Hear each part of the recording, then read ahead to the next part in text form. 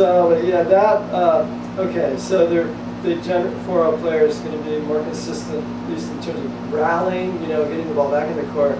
Second of all, when you do have a second serve of some sort, some kind of spin serve, that's going to go in. I mean, something you can't step up on so easy. You might be able to get more on it, but you shouldn't be able to step halfway up to the service line on it. That's right. So those two factors. I don't know. There's different kinds of 4-0 players. Some of them are going to come up to the net. Some of them don't. Some of them win, staying back. Well, when you watch players, you walk around the club and you're going to see every player is a little different, has a little different style. One other thing I would say though about a 4-0 player, tends to bend his knees more. I've noticed what you said there. I checked that out in the tournament. 3-5 players, the knees aren't as knees aren't as bent. And as you move up, if you get into the 4-5s, 5-0s, you see more preparation. It's earlier, it's deliberate, it's direct. Yeah. The guy that I mentioned, John Sporl, I think that's maybe how you say his name. S-P-O-E-R-L.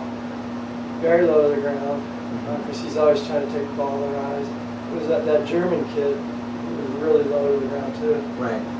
So you see it. I mean, I don't know. That's a comment I wondered about when I heard about. One time I heard John Ferguson say something about a couple of players here at the club. I won't mention their names, but good players. They said they never bent their knees very much because they didn't need to, or something to that effect. That they were just good players without bending their knees, and I really question that. I think it's like you said once when you noticed Rob Rickner when he got into a little more competitive situation, he got a little lower. And I think, well, and it happens in communities a lot of times where you don't have that high level of competition. In a small area, you may not have to bend your knees to win. But once you get out and start playing those players who are going to have one more ball with a little more attitude, then you have to start preparing and producing that. Okay, so I mentioned those three things about the 4-0 players. What else do you think? No, you hit it right on the head. It's recognizing what they are and recognizing that you can look back at yourself and say, well, they look like me. Yeah. They look like me with a little more of this and a little more of that. But right now, with your transitions and what you're starting to learn and understand, your sight is much greater.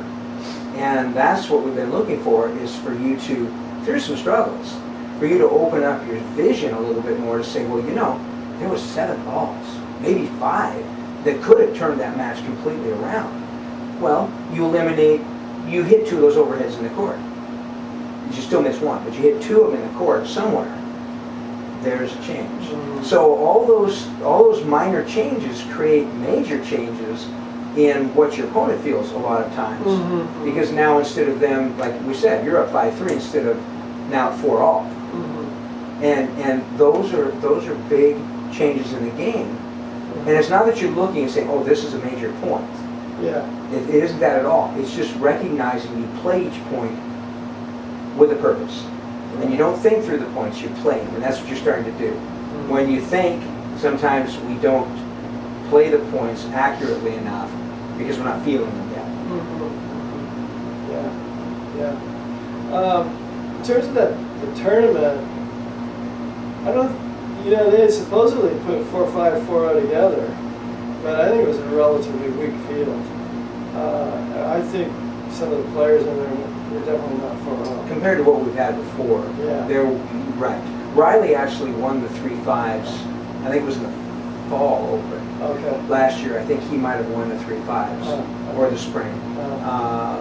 But again, our field wasn't as strong, because if you had some true 4-0s, you just see a little bit of difference in their balance. But the main thing there, though, I mean, even though I'm making that comment, is I think, though, that I felt, well, in the first match, the guy that I played was a university student, and I actually won the first set. He, for some reason, he had the first serve he had when he got it in was tough. I was basically just blocking it back and looping it back to the baseline. But he didn't get it in, and he started double faulting. I was stepping up on him. his second serve, that might have contributed to him then falling too. But I ended up winning that first set 6-4. At that point, I'm playing at the 4 level for the first time, and I go, well, I've already achieved my goal. Like, I don't care what I do the rest of the time I'm here. You know, like, whoa, I didn't expect to win a set.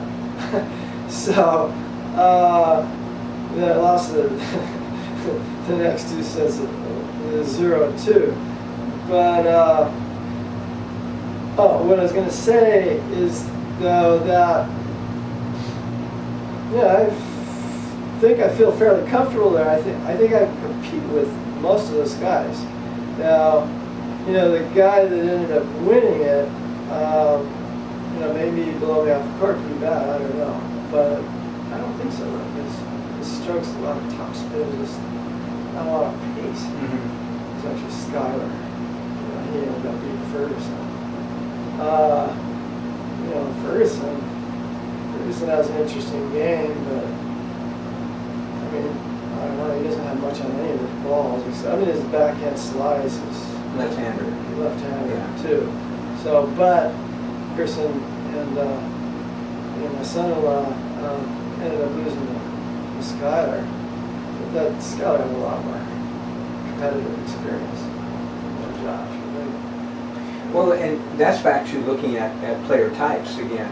You get those players who are comfortable pushing the ball back and forth. They move it, but what they're doing is they're what I call 6 to 8 ball players. Before they're going to make a mistake, it's after the 6th ball. Usually that's when they start making mistakes. Most players at a 4-0 level, if they're not positioned right and poised, they're going to make a mistake after the 3rd ball. The bigger hitters. Then they get frustrated, and then it falls right into that style of game, because now all I need to do is hit that 4th ball or 5th ball on the court. And I know there's a big chance that you're going to make a mistake, or whoever I'm playing. So, Skyler's particular style of play is just a lot of spin, He's smart. Like I say, he's played a lot of competitive matches, so he knows what he's doing. And again, it's patterns of players, though, Jim. As you've been working on your game, and we talk about, did you think of hitting a short ball? Sometimes it doesn't click with us. We go, well, this guy does this, this, this, and this. Well, from the baseline, behind the baseline, they do those things. If you pull them in to around the service line, it's a different game a lot of times. And this one player, Skyler's the same way. Players who beat him and beat him consistently are the ones who move the ball, bring it in short, because he's not used to that. Now he can't get the big loopy ball as he does from the baseline. Where the mistake is made, good players feel like they can drive players like that to the baseline, and the consistencies are different.